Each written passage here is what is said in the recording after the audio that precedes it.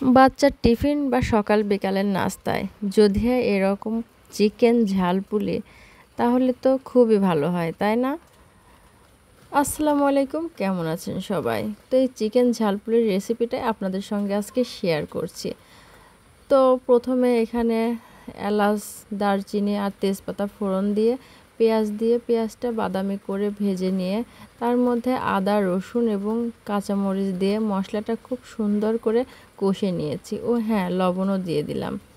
সুন্দরভাবে মশলাটা কষিয়ে আমি চিকেন ছোট ছোট করে কেটে সাথে আলু কেটে ধুয়ে পরিষ্কার করে রেখে দিয়েছিলাম। তো সেটাই মশলার মধ্যে দিয়ে আমি মশলাটা দিয়ে চিকেন আর আলুটা খুব সুন্দরভাবে কষিয়ে ভেজে নিচ্ছি। এটা আমি পিঠার পুর হিসেবে ব্যবহার করব। এই পুরটা যত টেস্ট হবে পিঠাটা খেতে ততই মজা হবে।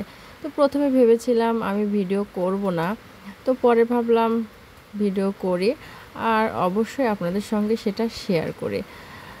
যেহেতু কোনো ভিডিও আপলোড দেওয়ার পর অনেকেই জিজ্ঞাসা করেন যে আপু পিঠাটা কিভাবে বানিয়েছেন, তো মূলত তাদের উদ্দেশ্যেই আমি ভিডিওটা শুরু করলাম।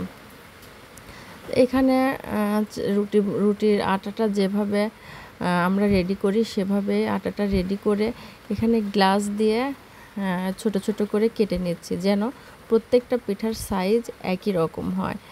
তো এরপরে আমি পুরটা সুন্দরভাবে আঙ্গুল দিয়ে চেপে চেপে ভরে নিয়ে এখানে 2 আঙ্গুলের সাহায্যে পিঠাটা সুন্দর করে ডিজাইন করে নিচ্ছি। তো যারা ডিজাইনটা পারো না, আমার ভিডিওটা দেখে শিখে নেবে এবং অবশ্যই ট্রাই করবে, তোমরাও সুন্দর করে এই পিঠাটা বানাতে পারবে। তো অনেকেই হয়তো পিঠাটা বানাতে পারবেন, তারা হয়তো ভাবতে পারেন এটা তো খুবই ইজি কাজ, এটা আর শেখার কি আছে।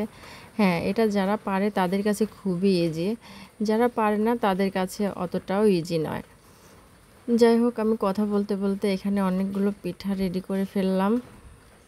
তো আপনাদের সুবিধার জন্য আমি আরও কয়েকটা এখানে দেখিয়ে দিচ্ছি। আর এই যে ছেঁড়া ফাটা একটা পিঠা দেখতে পাচ্ছিলেন না, এটা আমার মেয়ে বানিয়েছে।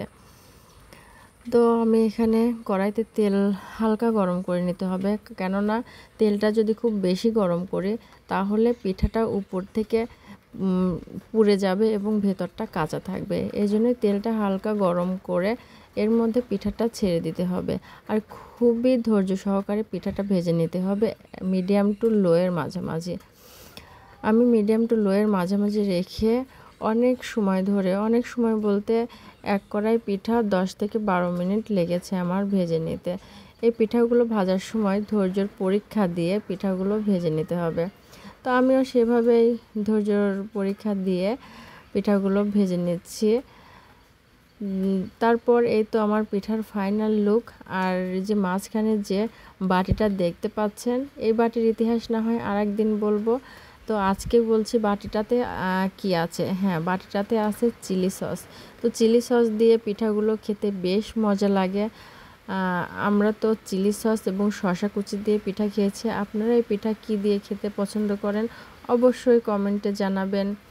তো আজ এ পর্যন্তই। সবাই ভালো থাকবেন, সুস্থ থাকবেন আর বেশি বেশি দোয়া করবেন। সবাই সবার জন্য দোয়া করবেন। আল্লাহ হাফেজ।